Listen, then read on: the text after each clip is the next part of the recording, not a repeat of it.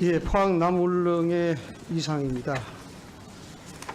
앞서 우리 조승은 차장님께 질문 좀 드리겠습니다. 예.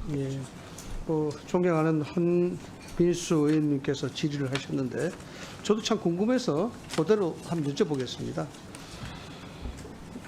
답변 안 하셔도 되고요. 이재명 대표의 가장 큰 잘못이 무엇입니까? 합법과 불법을 구분하실 수 있겠습니까?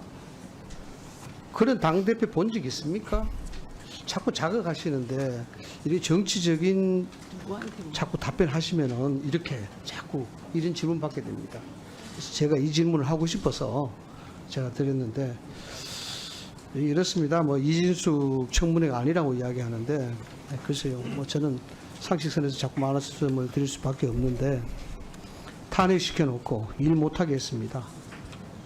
일 못하고 직무 정지돼서 못 나오는데 월급 많이 받는다고 또 뭐라 그럽니다.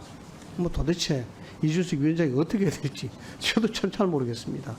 월급을 본인이 받기 싫다고 안 주는 것도 아니고 받고 싶다고 주는 것도 아니고 그렇습니다. 아무튼 이 국정감사가 자꾸 이런 식으로 정치가 된다는 게 참 안타깝다는 말씀을 좀 드리겠습니다. 저는 이 딥페이크에 대해서 잘 모릅니다. 잘 모르는데 상식적으로 이래 보니까 참 문제가 크다는 생각이 됩니다. 지금 대한민국이 단 1분 안에 멀쩡한 사람이 범죄자가 되기도 하고 또 멀쩡한 사람이 1분 안에 성도착자 환자가 되기도 하고 또 잡혀가야 될 사기꾼이 목사가 되기도 합니다. 그래서 제가 별다른 그런 것을 안 해봤습니다만 이거 제가 직접 한번 시연을 해봤습니다. 그래서 영상 좀 보시죠.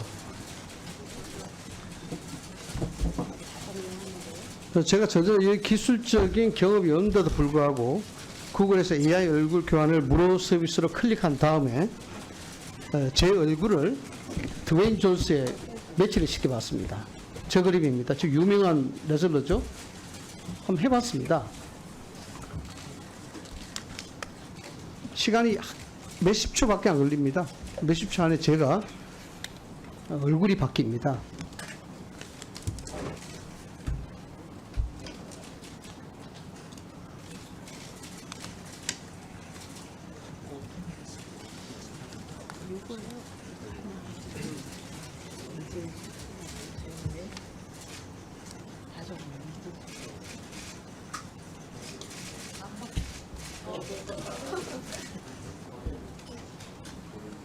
자, 다시 한번 보시죠. 저게 드웨인 존스가 드웨인 상위로 바뀌는 과정입니다. 맞죠? 저렇게 됩니다. 저게 멀쩡한 제가 레슬러로 바뀌는 과정입니다. 지금까지 생각을 해보면 시간을 체크해 보시면 알겠지만 1분이 채 안 걸립니다. 이 상당히 위험한 겁니다. 차장님 이 영상 한번 만들어 보셨습니까? 아니 저는 만들어 본 적이 없습니다. 보시니까 어때요? 굉장히 놀랍네요. 예. 안타깝죠. 참 아찔합니다. 전혀 이 딥페이크에 대해서 전문적인 기술이 없는 저도 무료 서비스를 받아서 저렇게 단 1분 만에 드웨인 존슨이 드웨인 상위로 바뀌는 그런 과정입니다. 제 영상이 좀 더 자극적으로 만들지 못해서 좀 죄송하긴 합니다만 아무튼 이 딥페이크라는 부분이 굉장히 이렇게 위험한 지경까지 와 있다. 이런 말씀을 좀 드립니다. 근데 제가 이 자료를 보니까요.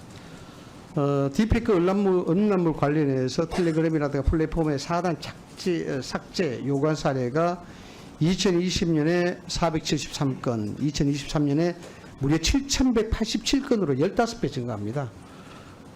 경찰에 신고이 된 딥페이크 음란물 범죄 같은 경우에는 2021년에 156건에서 지난해 297건으로 증가를 합니다. 이 피해자의 심리적 고통이 말할 나위 없겠죠. 그래서 사실 우리가 이 방통의 임무를 해태하는 과정에서 다 일어나는 그런 일이라고 봅니다. 그런데 안타깝게도 대충 보면은요, 대체적으로 보면은 방통의 딥페이크 대체가 거의 사후 약방문입니다. 이게 사전에 좀 규제를 하고 해야 되는데 사고가 터지고 난 다음에 거기에 대해서 대책을 강구하거나 방법을 강구하거나 이렇게 됩니다. 여기에 대해서 이 사후 약방문이라는 비난을 감출 수가 없을 것 같은데요. 어떻습니까? 현실 문제 인정을 하시는 겁니까? 일단 저희들 나름대로 이런 부분에 대해서 사전적으로도 이렇게 좀 방지를 하려는 노력을 뭐 사전 교육이나 이런 것 중에서 하려고는 하는데 여러 가지 측면에서 부족한 면이 있는 것 같긴 합니다. 이 온라인 피해 360센터 있습니까? 예, 그렇습니다. 이게 지금 국민권익위하고 같이 연동돼 가죠. 예, 그렇게 일부는 되어 있습니다. 예. 예. 이게 뭐 보면은 2년간 보니까요. 2년간 또 2022년 5월 31일에서 2004년 9월 4일까지 보니까 상당 건수가 무려 4,700건 이렇게 되는데 운영 인력이 6년밖에 되지 않아요. 이게 가능합니까 이게? 그래서 상당히 좀 어려운 면이 있습니다. 예. 이게 그러면은 피해자 상담만 가능한 것 아닙니까? 뭐 사실상 그렇습니다. 예. 여기에 대해서 뭐 어떻게 대책이 좀 강구하는 게 있습니까? 뭐 사실은 저희들이 가장 중요한 거는 뭐 예산이 좀 더 수반이 돼야 되는 거 아니냐는 생각이 들고요. 그리고 인력 정원도 좀 필요한 것 같습니다. 예산이 얼마 정도입니까? 2004년 기준으로. 24년이 한 11억 정도 됩니다. 2005년 정부안은요? 정부와는 뭐 여기 있다시피 9억 정도 오히려 예, 삭감됐네요? 조금 삭감됐습니다. 예. 이렇게 삭감되고 인원도 6년밖에 안 되는데 무려 4,700건 이상 되는 이 피해 상담에 대한 부분들을 어떻게 이 법률 조정 지원이나 조정 분쟁 조정 이게 가능하겠습니까? 그래서 어려운 측면이 뭐 많은 것 같습니다. 또 하나만 지적을 하겠습니다. 이 보면은 방통위하고 시청자 미디어재단이 미디어 교육으로 이 부분에 대해서 좀 방지를 한다고 하는데 이게 법적인 강제 장치가 없죠. 예, 그렇습니다.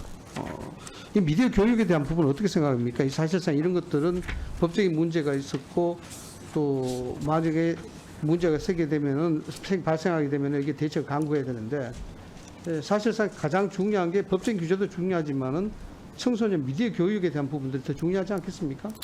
중요한 부분입니다. 예. 좀 구체적으로 준비하시고 계신 게 있습니까? 그 부분은 미디어 재단하고 저희들이 여러 가지 측면에서 같이 고민하고 있습니다.